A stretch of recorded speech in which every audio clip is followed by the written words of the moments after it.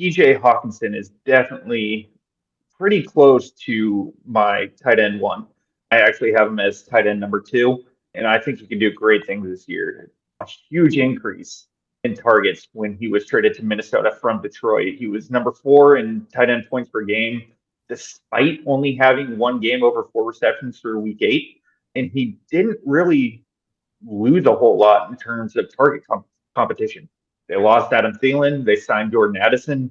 Same other cast in terms of Justin Jefferson and KJ Osborne. So Dak kind of figures to use him as a safety blanket with 17 first down catches on third down last year and 15 on second down.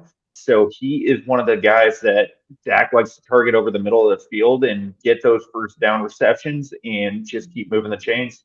Looking ever since the trade, this was a massive, massive deal for the Minnesota Vikings to get TJ Hockenson. We're talking 6, 7, 8, 16 targets in week 16 against the Giants. Whew. What tight ends? I'm talking Tyler Higbee's to level way back a couple years ago when Higbee went on his absolute tear.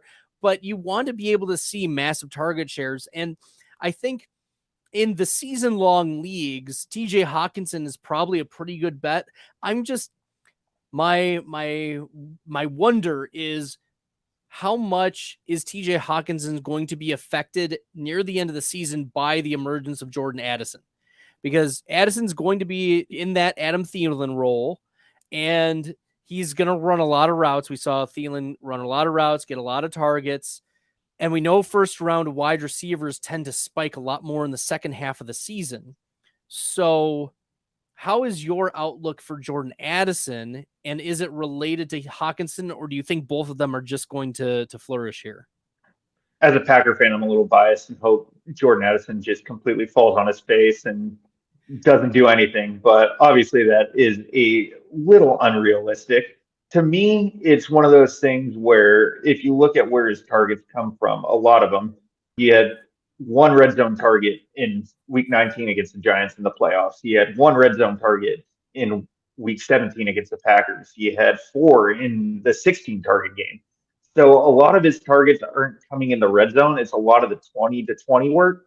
So to me, that's not going to be as much of a factor because it's going to be those second and third down completions that he's going to get a lot of and still get you a lot of points due to a PPR bonus. B, also the fact that he's picking up 8, 10, 12 yards per catch. So I think Jordan Addison will be great. I think he's a great receiver, but I don't think it's going to affect TJ Hockenson too much. What about Brock Purdy with Kittle stats? I like Hawk, but Kittle is better. I don't know. I looked at the breakdowns, or at least I looked at a tweet that Dwayne McFarland put out. Let me be more clear that there was a breakdown of the target shares between Debo and Ayuk and Kittle and CMC. And it was clear that Kittle was like the odd man out with those target shares. And so my concern is that, yes, I think Kittle has a higher like in-game ceiling than Hockenson. I think Hockenson will still get your 7, 8 targets, but when Kittle hits, he hits like a 30-point game. And he can do that pretty often because of his yards after catch ability. I don't think Hockenson really has that part to his game. I'm not too concerned with Kittle this year. I don't think he's going to be that great. If you look at the games that he had with Brock Purdy under quarterback, 2 targets, 6 targets, 4 targets, 3 targets, 5 targets, 5 targets, 8 targets, 8 targets, 6 targets. So it's really, he's not commanding a whole lot of that offense, and they want to be a run-first offense. They want to get Christian McCaffrey the ball. They want to get Elijah Mitchell the ball.